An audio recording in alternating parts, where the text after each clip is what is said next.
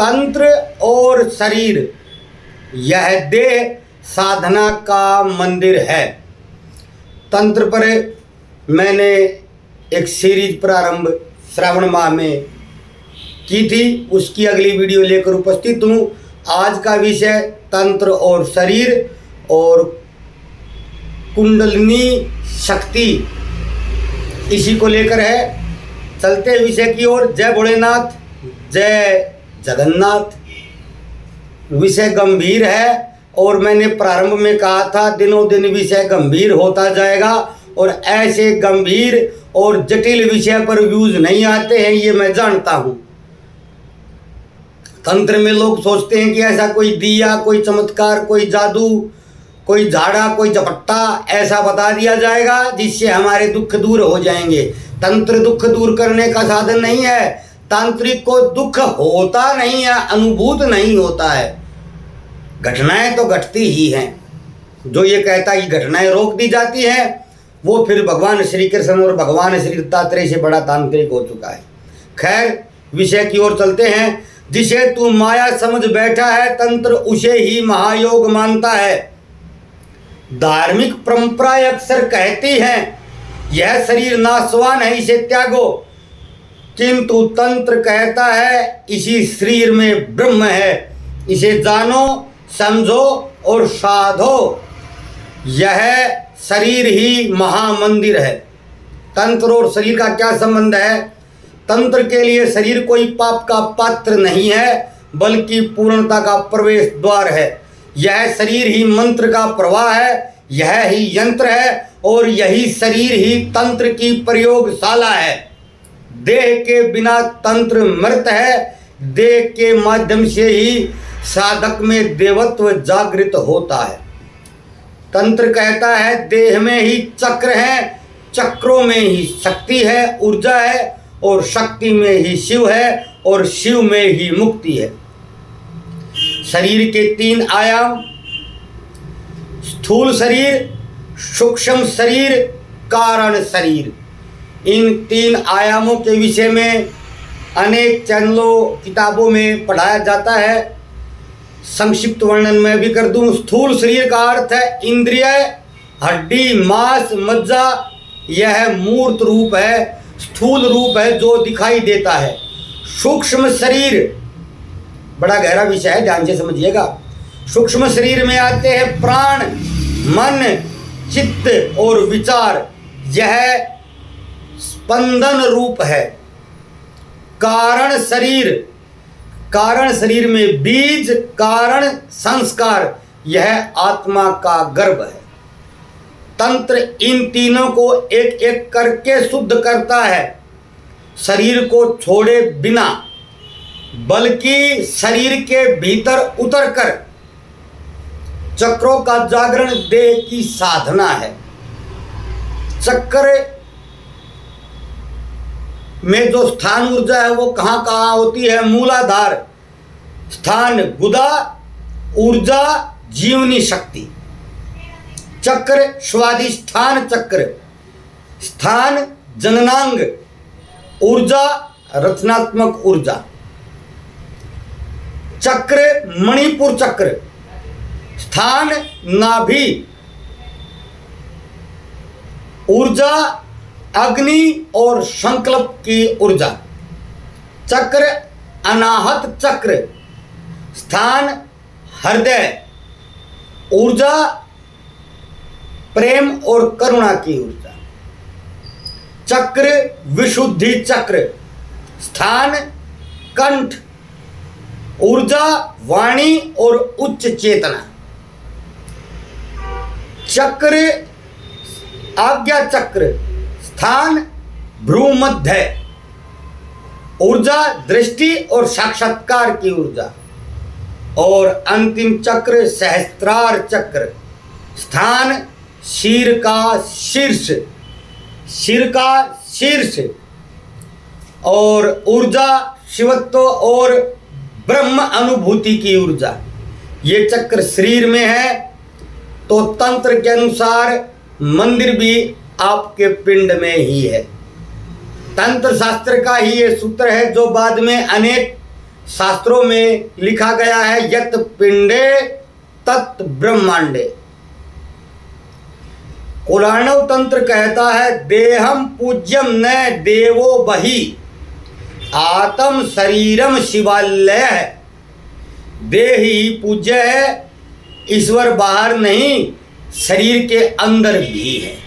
बाहर ही नहीं शरीर के अंदर भी है। विज्ञान भैरव तंत्र कहता है, कायस्थो देवता गेयो देहे ब्रह्म दृश्यते यदा। देह में स्थित देव को जानो, ब्रह्म वहीं दृष्टिगोचर होता है। अनेक पाखंडी कहते हैं त्यागो, तंत्र कहता है जागो। पाखंड कहता है संसार को छोड़ो, तंत्र कहता है संसार को देखो। पाखंड कहता है देह नश्वर है, तंत्र कहता है देह अमृत का पात्र है यदि तुम उसे साध लो। श्री कृष्ण ने, भगवान श्री कृष्ण ने श्रीमद् भगवद गीता में यही कहा है, अर्जुन साधो। गूढ़ सूत्र, यह देह कोई साधारण हड्डियों का ढांचा नहीं, यह ब्रह्म है जो स्वयं को भूल गया है। शरीर को छोड़कर ब्रह्म का खोजी वैसा ही है जैसे दीपक बुझाकर प्रकाश ढूंढना।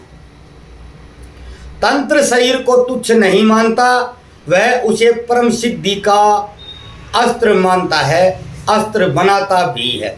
जो स्वयं में स्थित हो गया, अपने में उतर गया, वह समस्त ब्रह्मांड को जान गया। इसलिए कहा गया, यत पिंडे तत् ब्रह्मांडे। तंत्र और कुंडलिनी शक्ति सोई नहीं, सुप्त ब्रह्म शक्ति ईश्वर तक जाने कहने को मार्ग है, उसमें सबसे सटीक और तंत्र का मार्ग ऊपर नहीं जाता, वह नीचे से, मूल से, अंदर से उठता है, उसी का नाम है कुंडलिनी। कुंडलिनी सिर्फ कोई काल्पनिक ऊर्जा नहीं, वह तंत्र की माँ है, वह चेतना का बीज है जो शरीर में सोई नहीं, संकुचित अवस्था में है। साधक साधना के द्वारा उसी बीज को फोड़कर ब्रह्म को जागृत करता है। कुंडलिनी क्या है? कुंडलिनी कुंडलित शक्ति, सर्प की भांति कुंडली मारकर बैठी हुई ऊर्जा है। यह शक्ति मूलाधार चक्र में स्थित है, इसका उद्गम स्थल मूलाधार है। यह नीचे से ऊपर जाने वाला तंत्र का मार्ग है।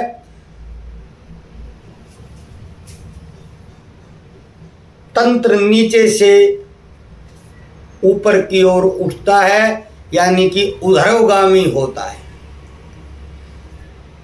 जब तक कुंडलिनी सुप्त है तब तक साधक केवल शरीर है, जब वह जागती है साधक ब्रह्म हो जाता है। इसी शक्ति को जानने के बाद जगत गुरु भगवान शंकराचार्य ने कहा था, अहम ब्रह्मास्मि।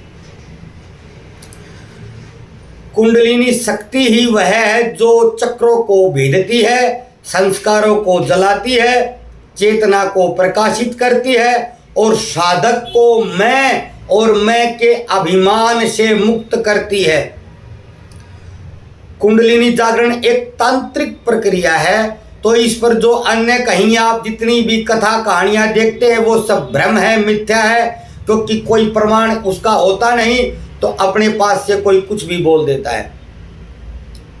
मैं एक बात और स्पष्ट कर दूं, कई लोग बोलते हैं कि उस विषय को बोलिए, मैं कर्म से ही बोलूंगा, कर्म से ही विषय को लेकर आऊंगा, जिसको अच्छा लगे वो सुन सकता है, न अच्छा लगे वो कोई अन्य कथा कहानी देख सकता है।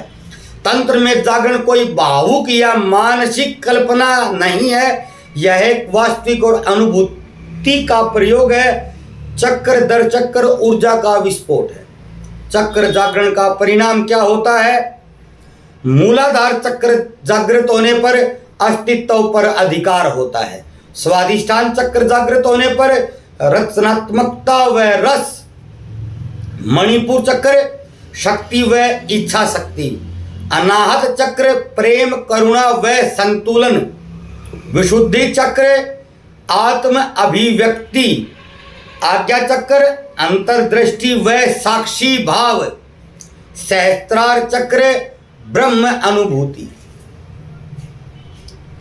कुंडलिनी जागरण के चरण शरीर शुद्धि, नाड़ी और चक्रों की शुद्धि, मंत्र अनुष्ठान, बीज मंत्रों का उच्चारण, ध्यान और धारणा, मूलाधार में स्थिरता, ऊर्जा स्पंदन, हलचल कंपन प्रकाश का अनुभव, नाड़ी संचालन, इड़ा पिंगला और सुषुम्ना का संतुलन, सहस्त्रार मिलन, ब्रह्म की अनुभूति।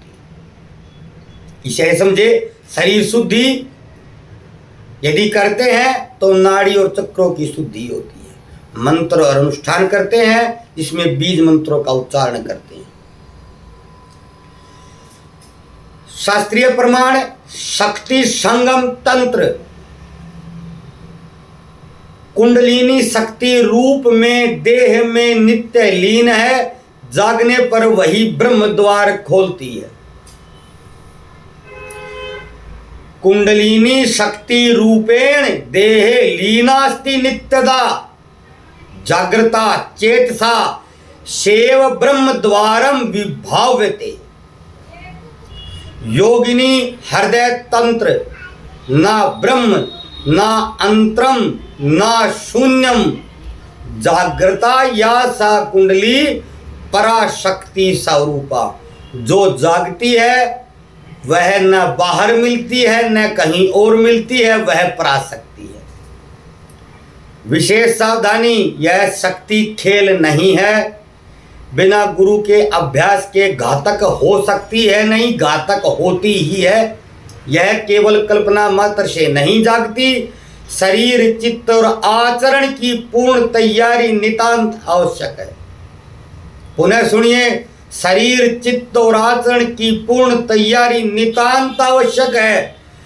सही साधक के लिए यह समाधि का प्रवेश द्वार है। यह दिव्य दृष्टि ध्वनि कंपन और नाद का अनुभव कराती है। यह भूत भविष्य और वर्तमान के परे ले जाती है। तो जो अनाहत नाद पर आजकल मोटिवेशन और मोटिवेटर बोल रहे हैं अन्य चैनलों पर, वो सब भ्रम है। आज का अंतिम वाक्य, कुंडलिनी तंत्र का हृदय है, जो इससे अनभिज्ञ है वह तंत्र के द्वार पर ही भटकता है। मंत्र यंत्र और देवता सब साधन है, कुंडलिनी माध्यम है। जिसने उसे जगा लिया वह साधक ही ब्रह्म की अनुभूति करता है। आज मैंने इस विषय को आपके सम्मुख रखा, बड़ी सरल भाषा में लिखने का प्रयास किया था और बताने का प्रयास किया है। धीरे धीरे हर एक विषय को स्पष्ट करने का मेरा प्रयास रहेगा।